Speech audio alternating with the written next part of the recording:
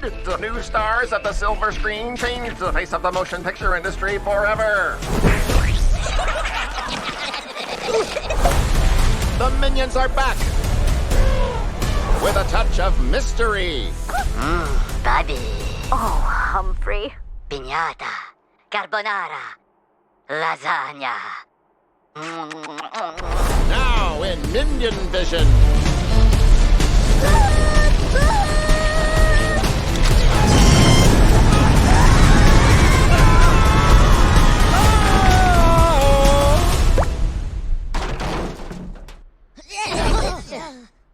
Toot toot. James, you have a real gift for filmmaking. Eureka. Glory, hallelujah. Aloha, it's Trinidad the Islandman, your Islandman, coming to you live once again from beautiful Hawaii here on the island of Oahu, bringing you, yes you, the best movie reviews on the entire island of Oahu. And yes, this is Trinidad the Islandman, your Islandman. And last night, opening night, Wednesday, July 1st of 2026, I went and I saw the new Illumination movie, Minions versus Monsters. Well, actually, it's called Minions and Monsters. Minions and Monsters. And, well, remember our rating scale. Shaka Thumbs Up, it's good to see, I recommend it. Shaka Thumbs Down, it's junk, I don't recommend it. And for the new movie, Minions and Monsters, that star, you know, all those yellow guys, the Minions, talking their kind of a weird Italian language or whatever. Oh, what is that? Is that Espanito or something?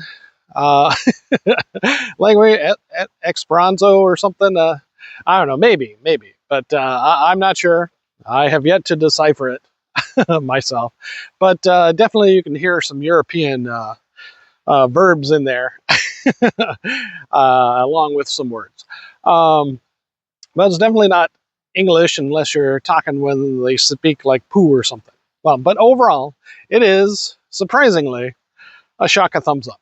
Now, if you've followed my channel and you've seen me talk about some other movies, you know, you might have seen me mention, you know, one of the Minions movies, or I think the last one was, I can't remember if it was something about young Groot.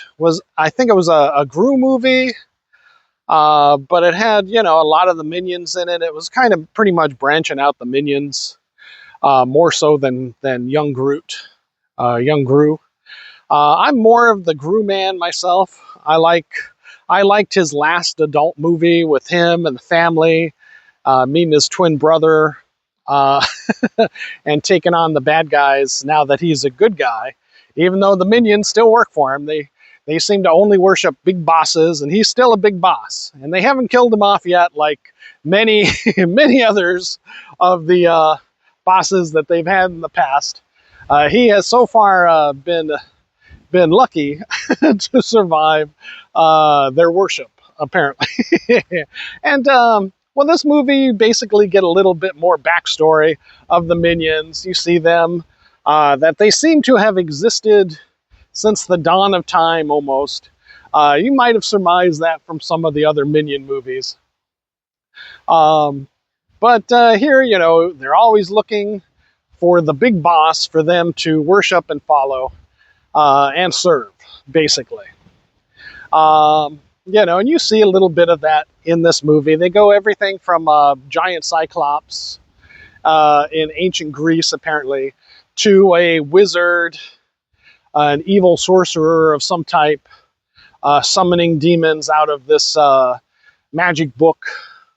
But unfortunately, what happens is that one of the Minions ends up messing around with the book, summons a monster that destroys their master, very much like most of their other ones. So thus, they are once again on the search for these for another big boss to worship. And it's during that time that they apparently make it over to America and find their way into and around Hollywood. where around in the 1920s, they break into the movie business, becoming spectacular stars of the silver screen of the silent movies. Unfortunately, when talkies come around, when they put sound in with movies, since most of their speech is what would seem to be gibberish, unintelligible Italian like sounding words, they they are properly booted out of their success. And many of them go off to look for another big boss to find and worship. This was seemingly a break from them looking for a big boss, as they kind of sort of, since they took over Hollywood during the silent air treatment, they kind of sort of became their own big boss in a way. So this was a first step of freedom for them. But during this time, we focus on two main other minions, Henry and James. And James is an artist, and Henry, being his best friend, encourages him to follow his art. And having seen the movies,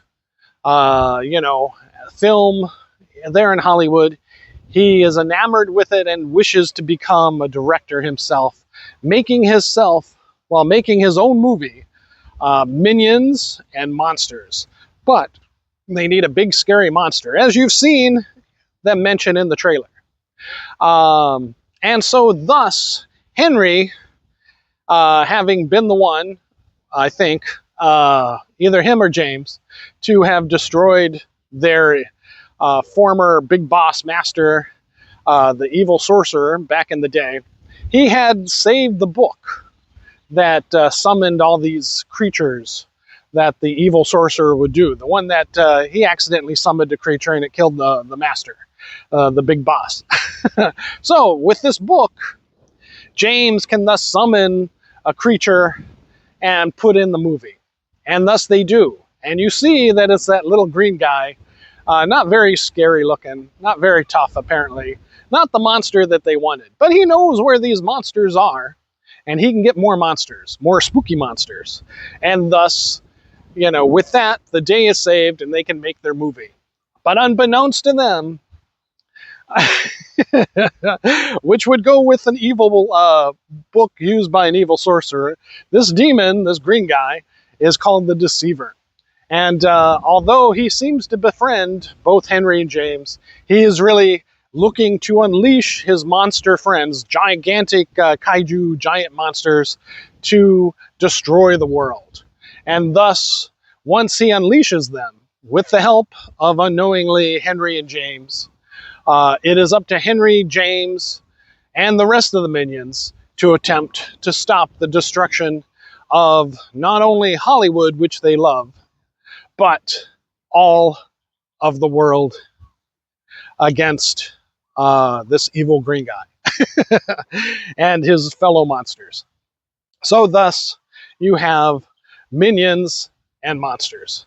And again, it is a Shaka Thumbs Up. If you like movies, the history of Hollywood, this kind of goes in depth of, especially of the old, 20s and 30s kind of films, noir genre, etc.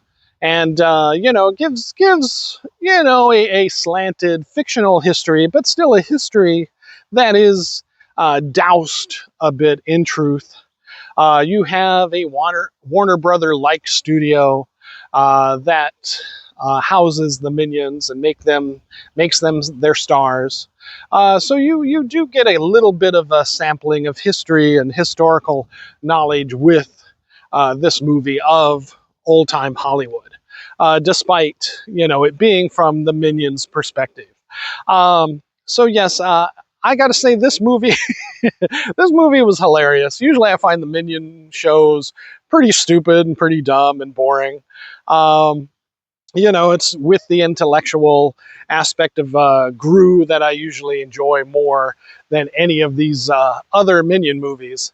But in this one, maybe it's because they were focusing on Hollywood and movies and the genre as such, and making light of that. You know, you see a lot of the silent film stars.